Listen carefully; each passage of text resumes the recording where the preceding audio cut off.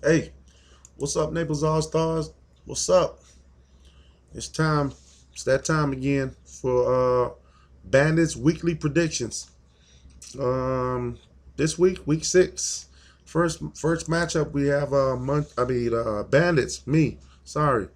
It's me versus LLX2. I started the week off on Thursday. Matt Ryan giving me 25, Julio giving me 17, Willie Snead giving me 10, giving me 52 on a Thursday. Uh, I really don't see any clear cut advantages for LLX2 in this matchup. Um, I give myself the advantage in running backs, receivers, tight ends, and defense. Honestly, dude, I think I should beat you in every category, and I'm gonna toot my own horn, toot toot, and say that I move up to 4-2, and you drop to 3-3. Um, Next matchup, Munchin and Bunchin versus White Chocolate. White Chocolate had a 46-yard, two-touchdown performance from Mark Ingram on Thursday. It's pretty good. Gave him 20 points. This week, wow, this is a tough matchup for both teams because they're both pretty good. They're both pretty well rounded. Uh, Battle of the quarterbacks: Brady versus Rodgers.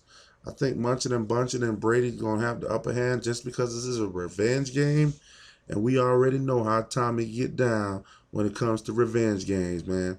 He gonna dominate. He gonna smoke him. I think he might get 400, but we'll see. Anyways, I give the advantage in receivers to Munchin on Bunchin with D Hop, Nuke. I mean, the 15, 16 target receiver a game. So, hey, man, I also give the advantage in the tight ends to Munchin on Bunchin, who has Tyler Eifert versus White Chocolates, Jordan Cameron. Um, Listen, this is a good team, White Chocolate. I think you have potential to go far in the playoffs, and you definitely one of the top teams, but not this week, buddy. White Chocolate, you're going down. Munchin and Bunchin gonna be 6-0 at the end of this week, and White Chocolate, you will drop to 4-2. Next matchup, Big Time versus Royal Oak. Once again, Elliott, man, I wanna say, man, that was a hell of a game. I still got a little butterflies left over, um, but this week I think that you might get your second loss in a row. I think so because Royal Oak has a slight advantage in the running back category with Le'Veon Bell and Carlos Hyde. And I think anytime you play, and it's just my opinion, it's not a fact, but anytime you play two receivers from the same team, that's always a huge risk you take in there. You know, you actually have three players from the package. You have the running back, Eddie Lacy, Randall Cobb, and Ty Montgomery. And that's always scary, man. That team has to have a fantastic game for all three of them to put up valuable numbers. That's always a little risky. So I give the advantage in this game to Royal Oak. I give him the advantage. He also has Larry Fitzgerald as his flex player to go along with Jordan Matthews and Calvin Johnson. So I just like his team as a whole to win this week. I think Royal Oak moves up to 4-2. I think Big Time drops to 3-3. Next matchup, Century Legends versus Team Nice. Once again, Century Legends, congratulations on your first win. Um, the streak stops here, buddy. It stops right here. Uh, Team Nice had Drew Brees with 25 points, Devontae Freeman with 40 points on Thursday, 65 points between two players, man. And when he has guys like Odell Beckham, Emmanuel Sanders, well, hey, that's all he really has, honestly, because he got the Texas defense and Deshaun Jackson. We don't know what this guy is going to do. Ronnie Hillman's not really that great, but you don't have any heavy hitters on your team other than Rob Gronkowski and Andy Dalton. So I don't know, man. I don't think your running backs can make up for that Devontae Freeman game, and I don't think Torrey Smith and Eric Decker could stand next to Odell Beckham and Emmanuel Sanders if it was their best day. So I give the advantage to Team Nice, moving them up to 4-2. And Century Legends, unfortunately, your streak ends at 1, and you drop down to 1-5. Next matchup, Enfuego versus Extractors.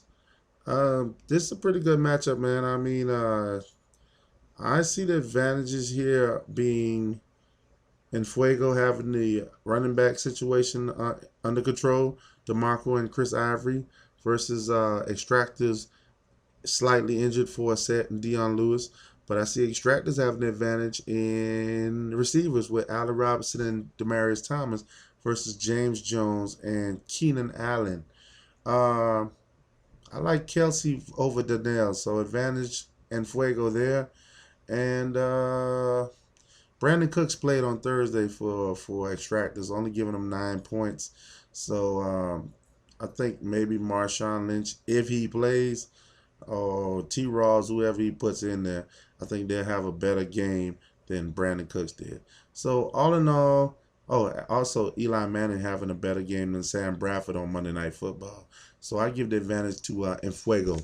Enfuego goes up to 5-1, 5-1, and Extractors, like Pedro and Century Legends, your streak ends at 1, and you will drop down to 1-5. Okay, last matchup of the week. This is a bad matchup, man. Bad because it hurts me, man. It hurts. It hurts me. You my boys, man. Dom, Freddie. Come on, man. Combined record of 0-10. Fucking crying, man. Y'all bringing tears to my eyes, dude. Got to do better than this shit. I like man, I actually like Dom in this one, believe it or not. Andrew Luck coming back. I think his shoulder's feeling pretty good. He's going to be playing from behind, obviously, playing against New England. Andre Ellington and Gio Bernard, pretty good running backs, versus Isaiah Crowell and Bilal Powell. Yeah, I give the advantage to Dom. I say Carolina Pride definitely has the advantage in receivers with Brown and Hearns versus Baldwin and Landry. But then you turn right around and give the advantage back to Dom with the tight ends because he got Julius Thomas playing against Houston. And we already know Houston don't play defense. They just send 11 dudes out there and say, hey, man, look good out there, man. Make it look like you're busy. Keep yourself busy. They don't play no damn defense. They can't stop the pass. They can't stop the run. They can't put pressure on the quarterback. They can't do shit. So you playing Julius Thomas against Houston, I definitely give the advantage to Julius Thomas. I think that Dom wins this, giving himself his first victory of the year, 1-5, and Carolina will drop his 6 in a row and have the worst record in the league at 0-6. The absolute worst record in the league. Hey man, those are my predictions.